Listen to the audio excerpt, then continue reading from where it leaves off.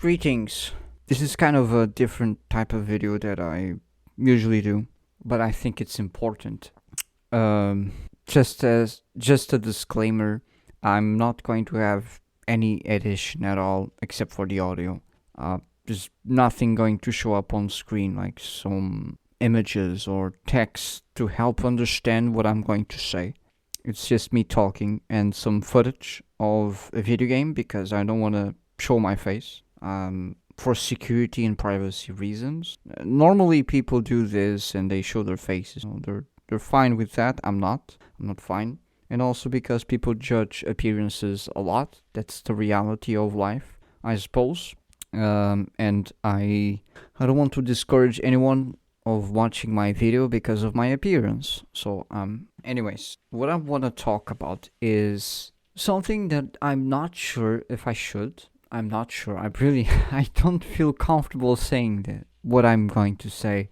And I hope that I can say what I will say. So here goes nothing. For context, I am a very spiritual person. I am in tune with the spirit all the time. And I know it's crazy talk to a lot of people, and a lot of people say that those who believe in spirituality are delusional, they're crazy, they're lunatics, they don't function well, stuff like that. I know there's a lot of discrimination towards that, but I want you to know that my belief in the spirit is probably different from the mainstream, from what people usually believe. I don't even know what people believe nowadays, how they see the spirit. To me, the spirit is who we truly are.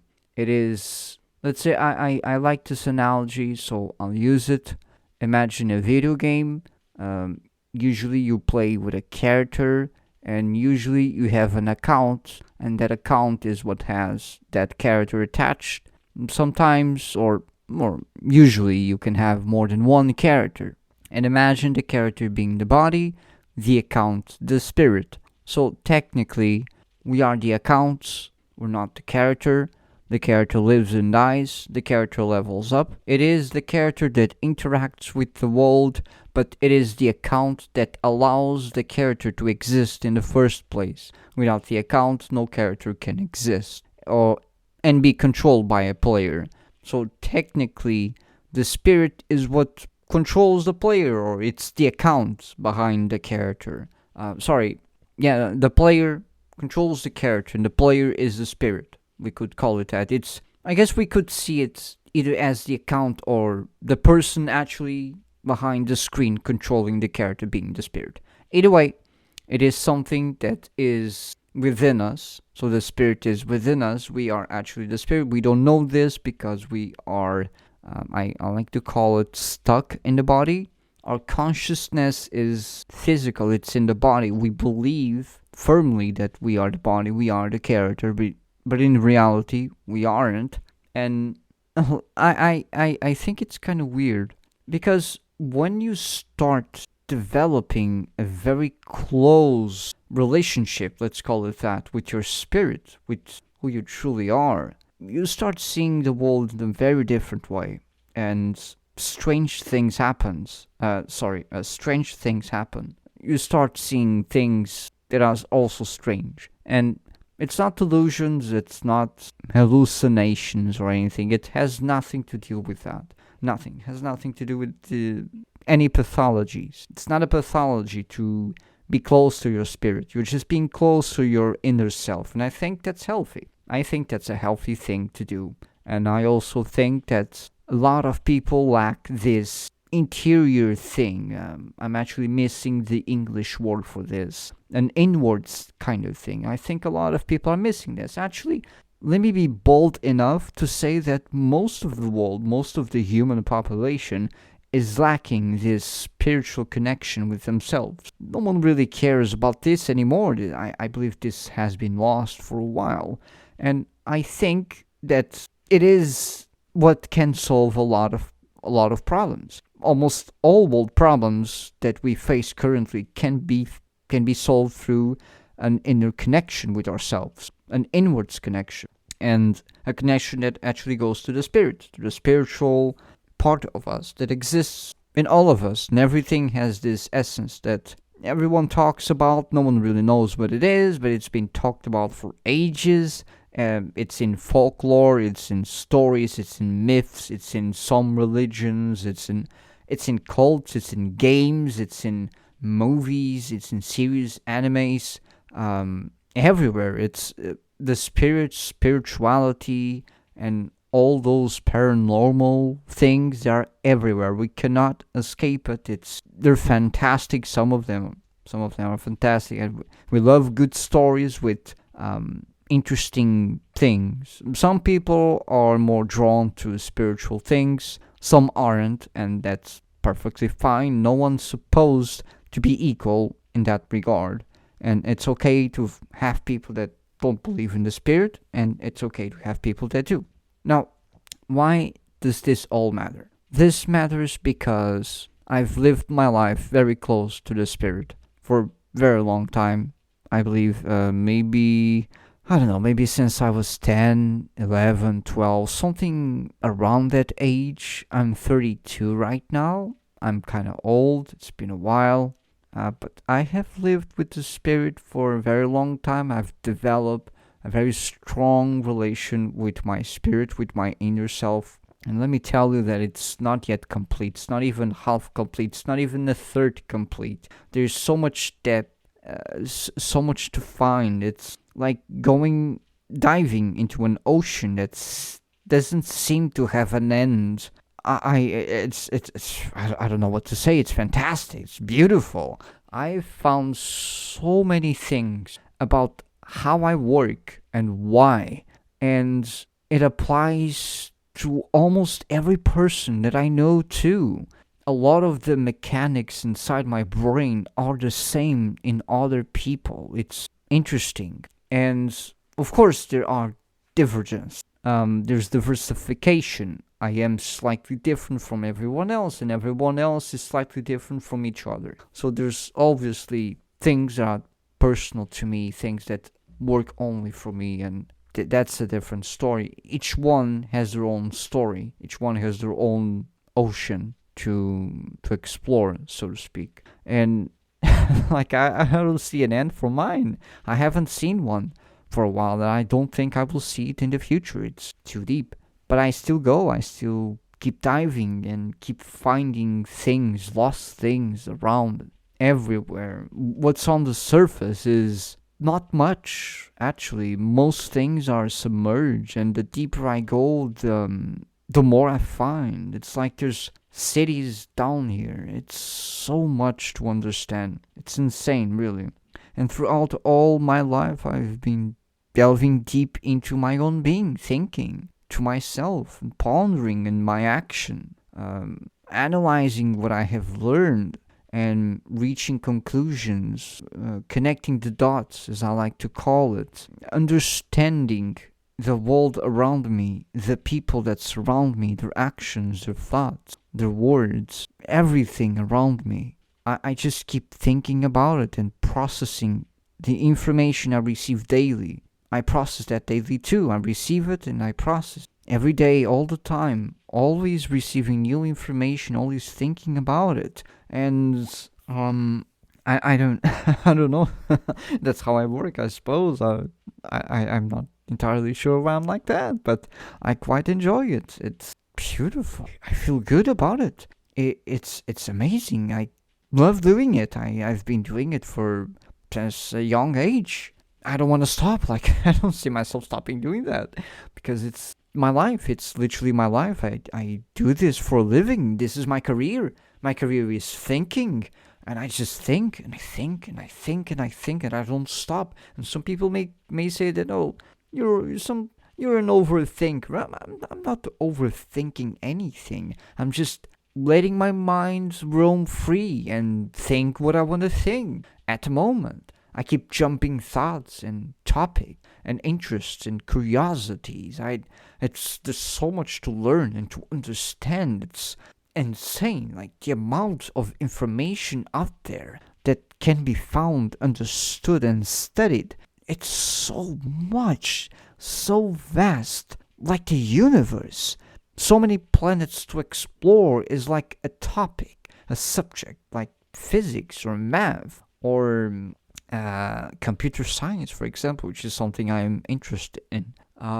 But yeah, like that. This all stems from a curiosity that I have of learning things. I've always been like this. And I also have something else in my heart, in my mind, which is helping others. And this is the part that I'm not sure if I should talk about because this can be used against me. I want to help. I'll be serious here, okay? Sorry for the pause. I want to help humanity. For real. Like, humanity. I really mean human beings, the human race, humanity. Everyone. Me, you, everyone, okay? Good, bad, terrible, doesn't matter. Criminal, non criminal, beautiful, ugly. Look, it doesn't matter who you are, what you do, how you look, what you think, how old you are, where you live. Nothing matters. To me, the only thing that matters is that you are human. If you're human, you matter. To me, you matter a lot. You've mattered a lot for a very long time. I think about you the whole time. I think about saving you.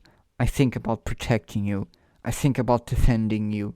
I think about helping you reach a higher state of existence, as I like to call it. In other terms, you become a more intellectual kind of person, so to speak, more civilized, more intelligent, something like that, something around that, better said. But yeah, you are my priority. You humans, you are my priority. I literally live for you. I struggle for you, and I will die for you. And you can be sure that I will be the first and last person to stand for you. And you might be wondering, why? Why do you believe in humanity? Why do you care? Because, why do you ask? Why not? Who's stopping me? Who's saying no? Who's saying I shouldn't? You? Society? I don't care. I don't care. I won't change. No one will change me. No one will change my mind regarding this. I live for you. And I will do everything in my power to help you. And if I fail, I fail. At least I tried. But I won't stop until I manage to do something. And this is where books come into play. Videos, talks, lectures, stuff like that. I haven't done any of this except for a few videos that I've recorded in the past. It was named How to Be Civilized or something like that. And I've written some books.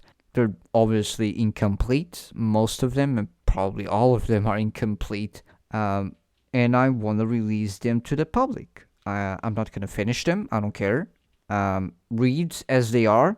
And if you ever decide to modify anything, please mention that you edited it. Don't just edit, change my words and say it's yours, or edit the things that are said in my books, modify them and try to like frame me or destroy me or complicate my life even more than it already is. Keep my original words as intact as possible. If you want to modify them, mention that you modified them. That's it. But keep my original thoughts as they should be, original. Keep them intact and save them, preserve them. Because I believe that a lot of the things that I say may be censored in the future, maybe now or in the future. But either way, I think that's actually it. That's what I wanted to say. I want to release the words that I've spoken. I believe that the things I have to say, the way that I think about life is healthy. Even though I may not sound healthy, there's healthiness in me.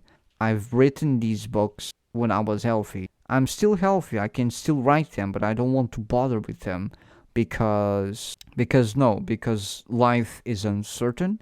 I don't know what will happen tomorrow. I don't know what will happen in the next 5 years. I'm a bit lost. At this moment, I usually predict the future quite accurately, but I don't know what's going to happen. We are literally living times of change, and in times of change, it's hard to predict what's the outcome that's going to come, the outcome of the future. However, I want to say it, and yeah, that's pretty much it. I hope this video isn't weird. I hope someone actually watched this until the end. If you did, thank you, and preserve my words. Share them. Share the words if you believe in them. Adapt them in a way that you see fit for today's society, but keep the original definition of it. Sorry, not definition. The original meaning intact. Don't change the meaning. Keep the meaning, but adapt the words. If you see that it matters, if you want to share, of course, then adapt the words in a manner that society accepts nowadays. Because I'm sorry for laughing. I'm just thinking how broken society is right now, and there's no hope for the future. Well, there is hope for the future. We just need to stop. We need to take a step back, and we need to say, okay, something is wrong here. I need to change. We just need to change. We just need to change our mentality. We just need to change the way we see life. We just need to change how we perceive things. And my books show a different perspective of life. And with that different perspective, I hope that people can find peace in their hearts and in their minds and move forward with their lives and release their spirits or find their spirits or ignore the spiritual part but still be happy. Live a fulfilling life. Hopefully, they can live a fulfilling life. And yeah, that's it. Thank you for watching if you did. If you didn't, you should. You should watch it. And see you in the next one, hopefully.